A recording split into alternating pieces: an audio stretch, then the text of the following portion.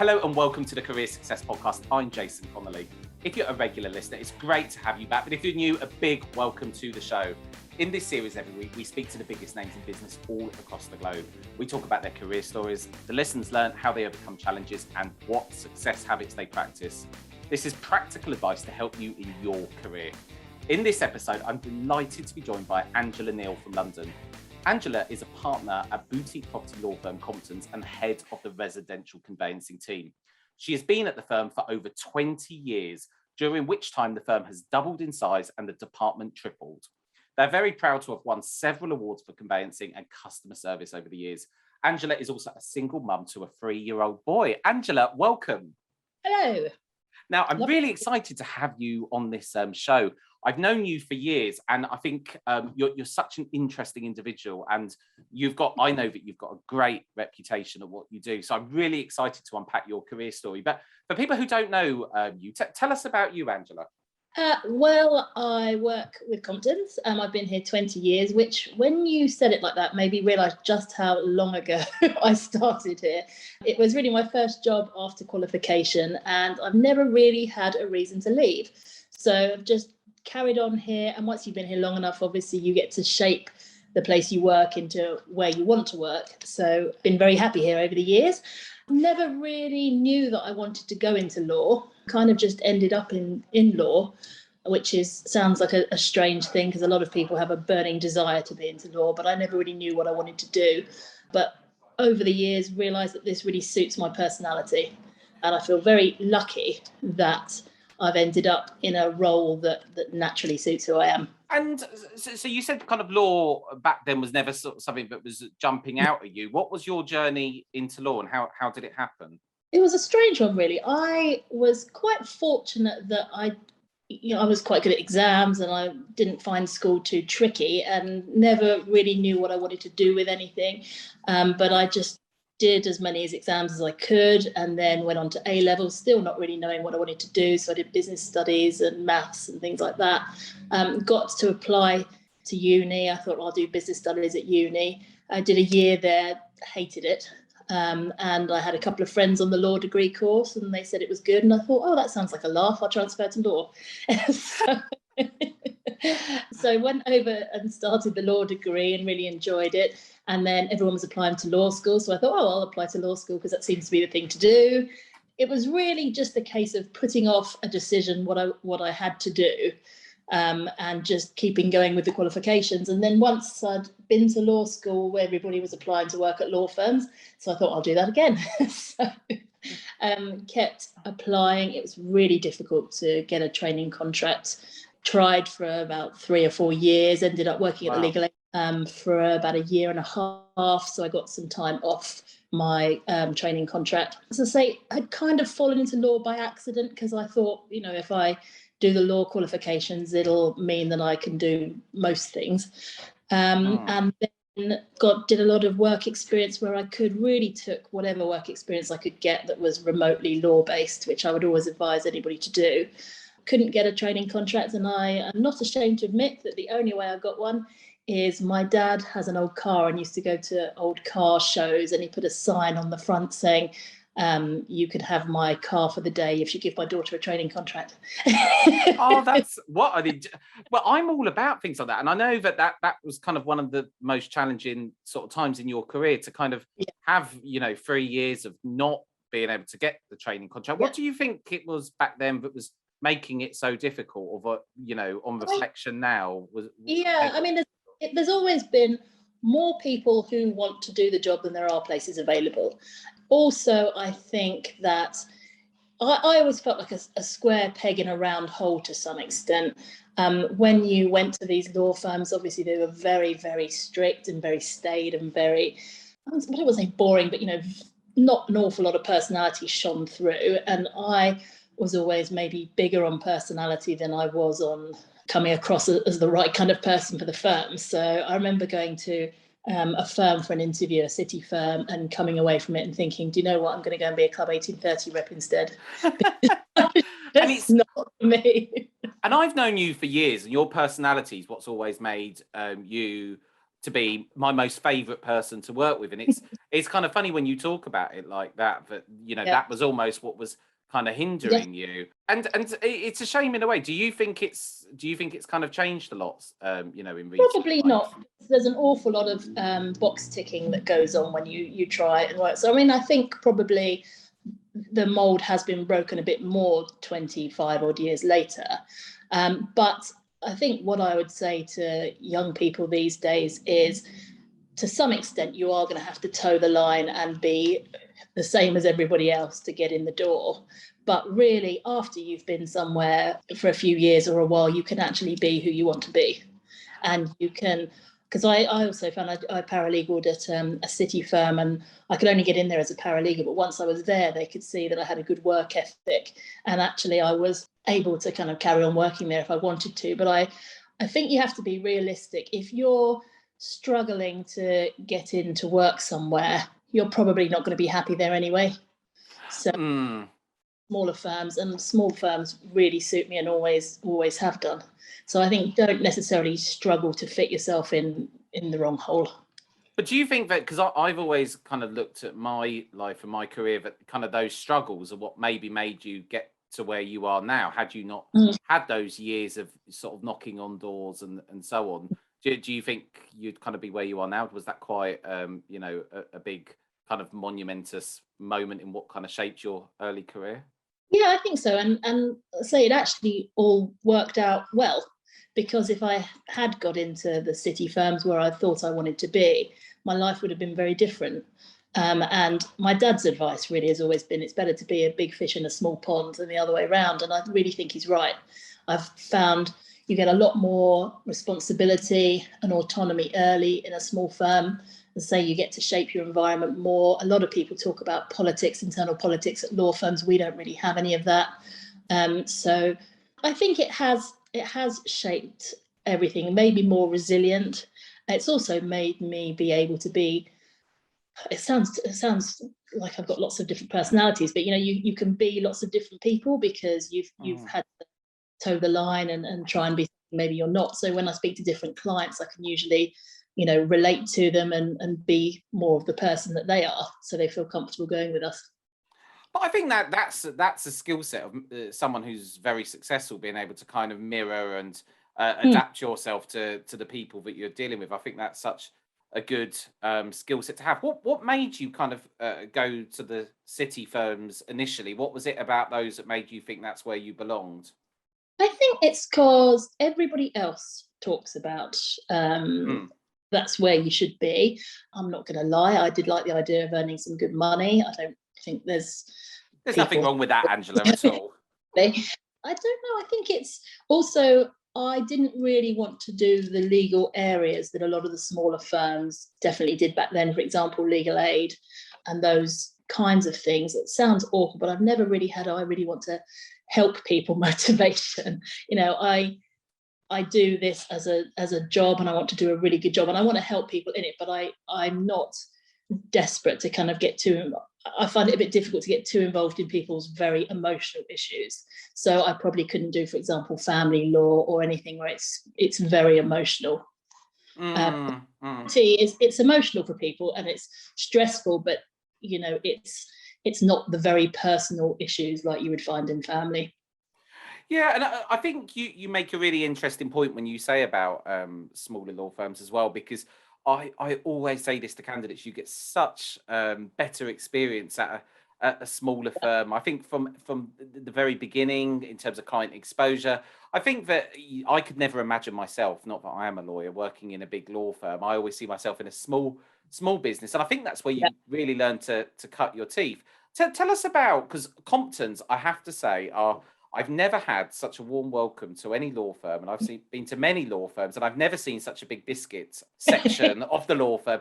When I walked in there, I instantly felt at home. And I think the firm are absolutely amazing. I really love everyone that works there, and I've never had anything but amazing things to say. And your culture's fantastic, and we're going to talk a bit more about how that's kind of evolved and how that's changed over the years. But tell us about how Comptons and how you first went in there, because I must say that 20 years in one law firm is no longer the, you know, what people do. People move jobs, and we recently done looked at some LinkedIn stats. The average tenure of a property lawyer is only 2 years, Wow. according to LinkedIn, in London. Yeah. And you know, people don't have a job for life anymore. But you're still there. So tell us about Comptons and how you came into the firm. Yeah, I mean, we have a lot of people that have been here a long time, actually. I just went to an agency when I qualified, and they sent me to a couple of jobs, and I just really liked it here.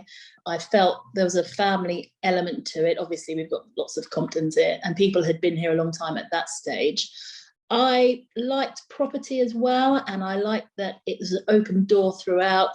You could really ask people questions. Also, the people at the time when I joined who headed it, they really knew their stuff, and I really wanted to learn from people who really knew their stuff.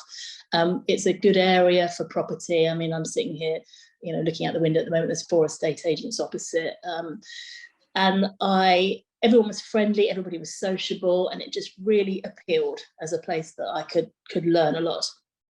And you went in there at what level of Newly PQE? qualified. Yeah, newly qualified. So I'd literally, it sounds awful, but I qualified in a firm, I don't want to say terrible things about, but it wasn't really necessarily a firm that I wanted to stay at. And I qualified in the June on a Tuesday, and they said, "Oh, do you think you'll stay till the end of the year?" And I was thinking, I don't even want to stay till the end of the week. So I left on. I mean, smiling sweetly through gritted teeth.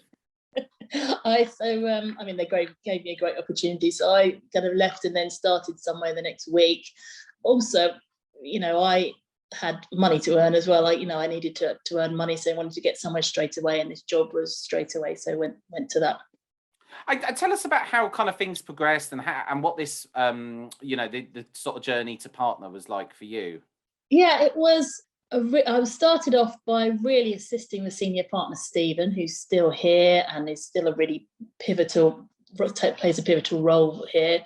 I was working on regular property transactions. The good thing about a small firm is if somebody left, you know, the first thing usually is, "Oh, you know, do you want to do their job?" So I was lucky that I progressed quickly because whenever someone left, I got their job. Also, I went into the litigation department for a short while, quickly realised that I didn't suit litigation.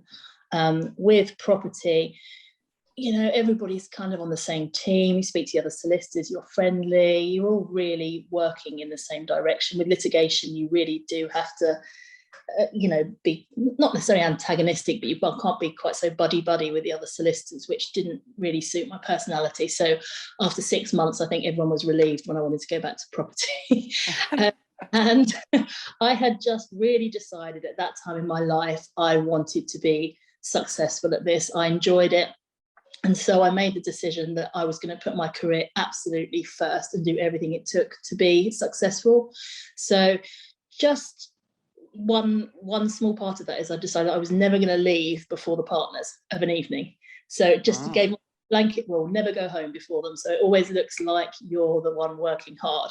I mean, I wouldn't get in so early. I would get in by the last moment, but I would stay every night until they had gone. Was always picking up the work that was offered, always going the extra mile, and just being really eager because I wanted to do well. And over maybe 4 years, I think it was, I was bidding really well, and I got offered salaried partnership. And then I think it was about 3 years later, I got offered equity partnership. And that when you became a salaried partner, what level of PQE was you then? Probably 4 or 5.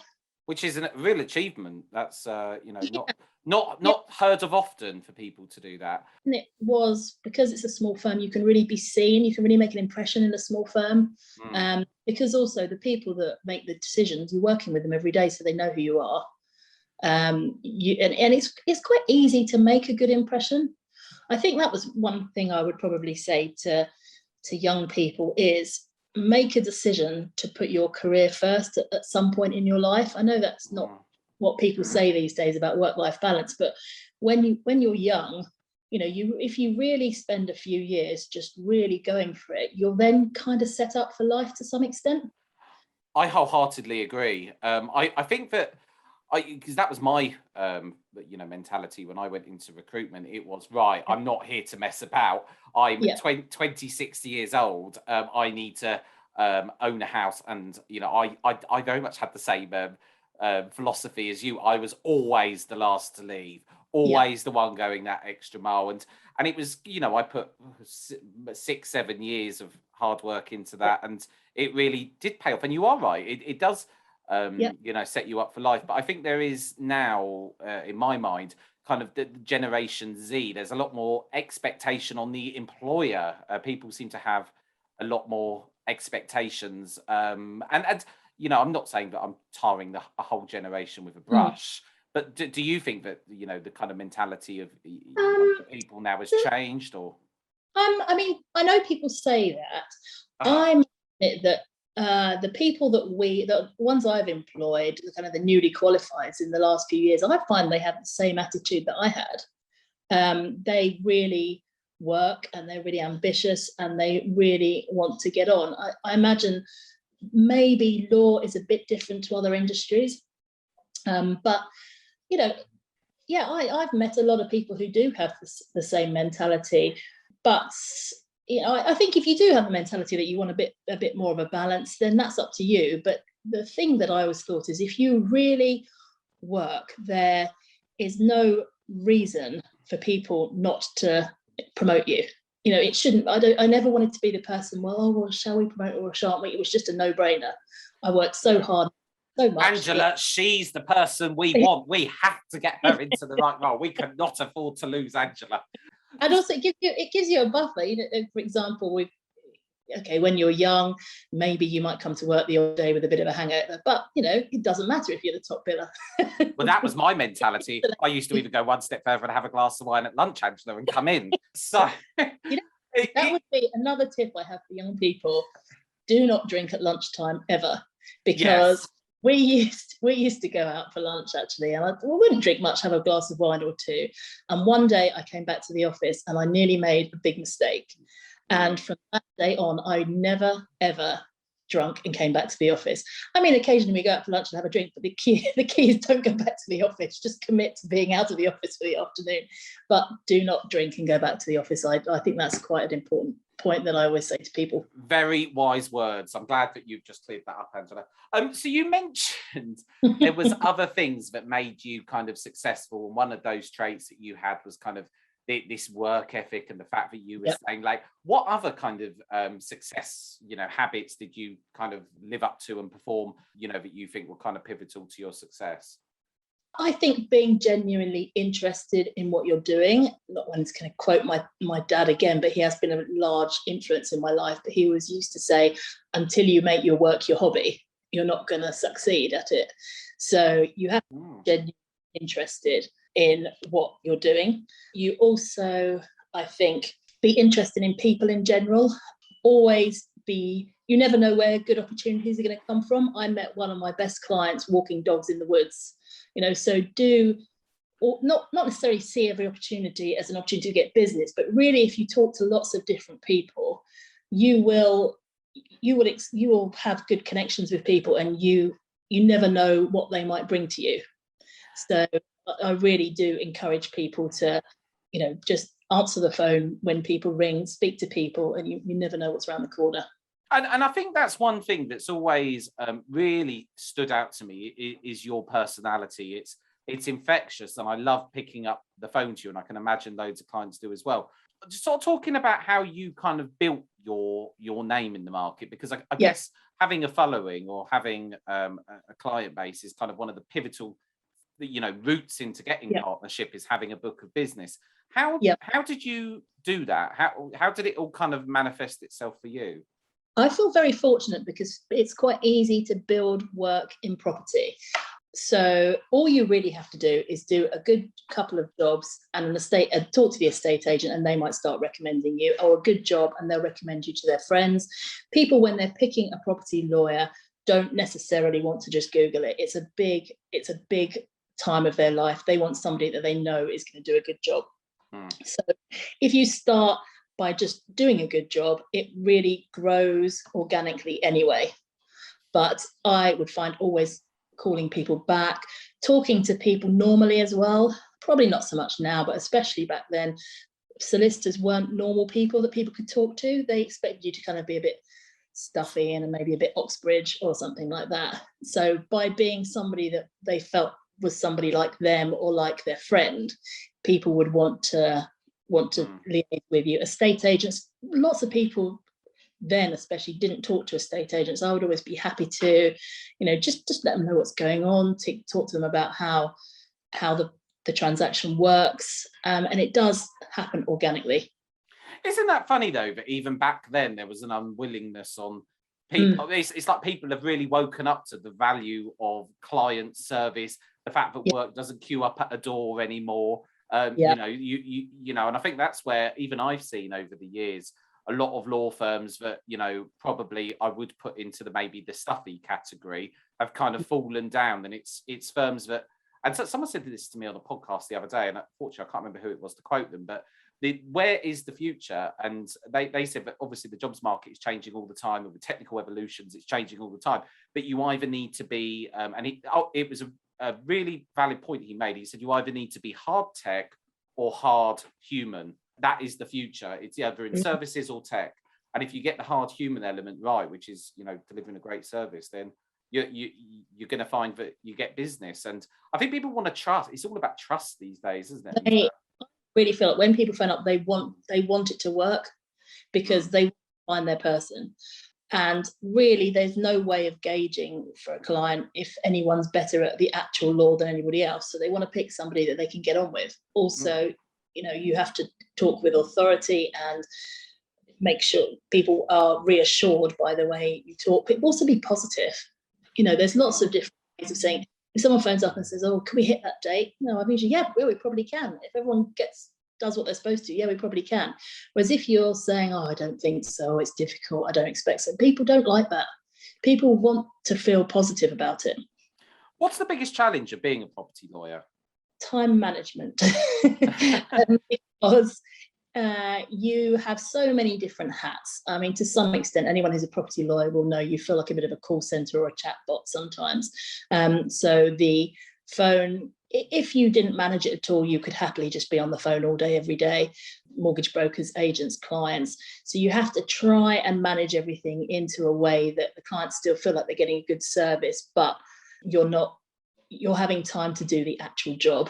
Because the other part of it is the actual job is quite difficult. And so you need a big chunk of time to concentrate and do it properly. So if you're just answering the phone every 5 minutes, you won't do the actual work properly. So it's constantly evolving over the years. I've changed the way I work so many times, like don't answer the calls in the morning, get the work done in the morning, be a chatbot in the afternoon, that kind of thing. But I would say it's that time management part of it and juggling all the different balls, because clients just want to move and they don't really care about the legal title or what you're doing, really. They just want to move. They would care though if years later it turned out to be a problem. So you have to juggle all those. There's a lot of different priorities. Their priority is to get in, is to make sure that it's legal and everything, all the boxes are ticked that need to be ticked. The job has stretched itself so much over the years. In the past, you were doing the legal title. Now we're checking source of funds. We're essentially working to deal with anti-money laundering. We're dealing with lenders. The job has grown and grown and grown, whereas actually the fees have shrunk. So it's trying to find efficiencies to make it so that, because we could say, "Oh, we're going to charge more," but if no one else is charging more, then people are eventually going to stop coming to you. So it's making the most of the IT to keep it so you're as efficient as possible. We've also now got a full-time compliance officer who does all of our ID checking and source of funds and everything, which has made a massive difference for us. So it's a harder job, but you still can. It's a good business to be in, even with the fee squeeze, because of the technology and the way things are being more efficiently done these days. Well, there's lots of firms out there that they sell on the premise that the transaction is very cheap, and I think anybody that's bought a house and used a lawyer that hasn't been that good or is hard to get hold of. There's one thing you don't mess around with in my mind is when you're buying a house, make sure you use a different lawyer. If they cost more, they cost more because they're better. when I was very young, I went to one of the, do you know what, I'm not going to name names. I went to a big factory type conveyancer, and it made me realise the value of a good property lawyer. How do you kind of balance the fees that you charge versus service? Because obviously, you are a premium, because obviously you said that there's competition and a lot of people are offering it cheaper. How do you kind of benchmark that price? How do you kind of view it? We look at our competitors and see what they're charging, because obviously there's, we're not unique. There's others who are similar to us locally as well. So we see how much they're charging. At different times, we feel that we can maybe put the prices up, not temporarily, but, we don't put our prices up very often at all. But we kind of, when people say, oh, you're a bit more expensive, we say, well, we're good value. What you're looking for is you're looking for value. So that's exactly the way to look at it. Yeah, and you're not getting a caseworker. Nothing against the model of other places, obviously, but here you get a solicitor. That's your solicitor, and they have a paralegal. So if you can't, you'll always be able to get one or the other. And I wanted to ask as well, what's kind of the big difference for you for when you went from salary partner to equity? What was that kind of change like? It's really, really different, because you don't really know what happens in the boardroom. It's kind of this mythical door behind which all the pay rises happen. I can imagine it looks nice in the Comptons boardroom, cakes and teas and coffees, and then you suddenly get inducted to the boardroom and realise that actually it's not all cakes, chats, and. I was so disappointed the first partners meeting was about like debt collection or recovering fees and things. I thought, oh, this is really dull. I thought we were going to be sacking people. No, I'm joking. It's looking at, as I say, how to make the job more efficient. So it's not only looking at how we can bill more, it's looking at how we can save on our expenses as well. It's leading from the front. It's setting the tone. So I kind of always use as an analogy, when you're a child and say something bad's happening, but if you look at your parents and they're calm, you're thinking, oh, it's fine, I'm calm, they're calm, everything must be okay. I kind of see it as the same leading a department or a firm. People look to you to set the tone and to tell them it's okay. So you have to really be like that. If anyone ever came in and said, oh, there's a real problem, if I said, oh God, that's terrible, this is awful, what are we going to do? That's not leadership. Well, it's fine, well, let's try this, let's try that, we'll get this sorted. So that was the real change I felt. It felt like being a lot more adult. Everything you say is a bit more kind of scrutinized. You're having to really be more appropriate and really think about other people and how you can get the best out of people. How would you describe your leadership style? Oh, goodness. If you ask my employees, they would probably say Mrs. David from the office. But I think it is lead by example. So nobody wants their head of department to be sitting on the computer booking a holiday while they're all doing the difficult stuff. It's getting involved. It's making sure you're as busy, if not busier, than they are. It's never being afraid to do the stuff that no one wants to do. Obviously people are individuals. I think, how would I feel if I was in that role? It's never forgetting what it was like to be an employee. I think I want to have a humorous working environment. I want people to want to be here. We're so lucky in that our team, we're all so friendly and so close, and that makes people want to help each other.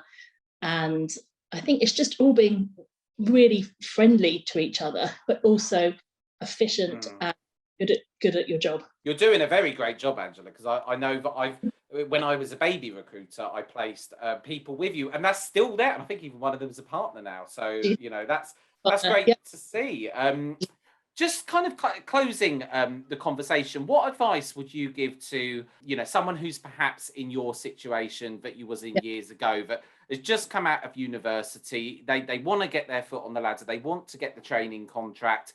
What would you say to that person? I would say, if it's not going to be easy, but if you really want it, you will do it. So there are lots of different routes into law these days. There are challenges. Get as much work experience as you can, even if you work for free somewhere. If you work for free for a month in a law firm, don't think, oh, I'm not working for free. Think that's paying for your future career. You're putting in the later, it will pay off, because if someone's looking at a CV between you and somebody else, they're going to pick the person with more work experience.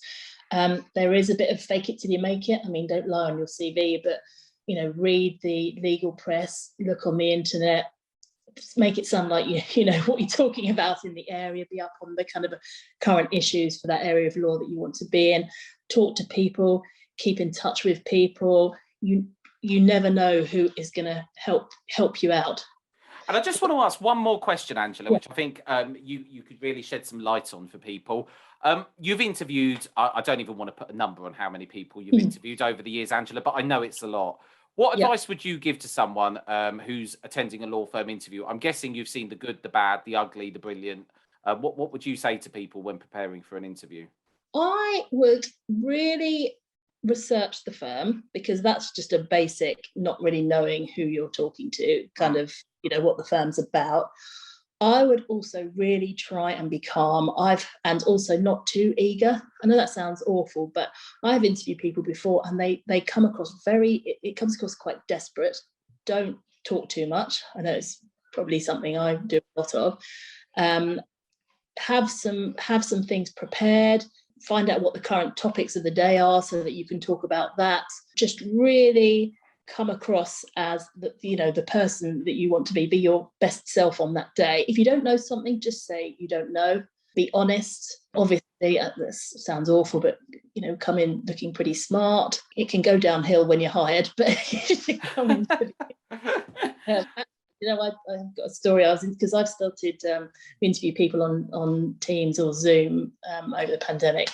Don't be put off if something happens during an interview that you're not expecting. So I was interviewing somebody the other day for a job, and my 3-year-old was at home, and I thought, I'll be able to get away with just interviewing someone while he's around. But halfway through he came in, and I was like, Mummy, why my bottom? It's the modern day. It happens, Angela. And, I'm sure that we've probably all got a raft of Zoom stories. I know that I have. I was presenting a Law Society webinar the other day with my cat continuously meowing outside the door. And the meows were becoming more and more intense as the questions came in. So I hear you there. I relate to you. Angela, it's been an absolute delight. Thank you so much for taking the time to come on to this show. If people want to find out more about you, or indeed Comptons, where can they go to? If they looked on, you'll find me on LinkedIn, Angela Neale. Feel free, anyone can email me if they want to as well. Always happy to answer questions of people or speak to like-minded individuals. It's an@comptons.co.uk. Our website, comptons.co.uk as well. But if you want to find me, you will. Angela, thank you so much. That was Angela Neale, equity partner at boutique property law firm Comptons in Camden in London. I'm Jason Connolly. This is the Career Success Podcast. Until next time, goodbye.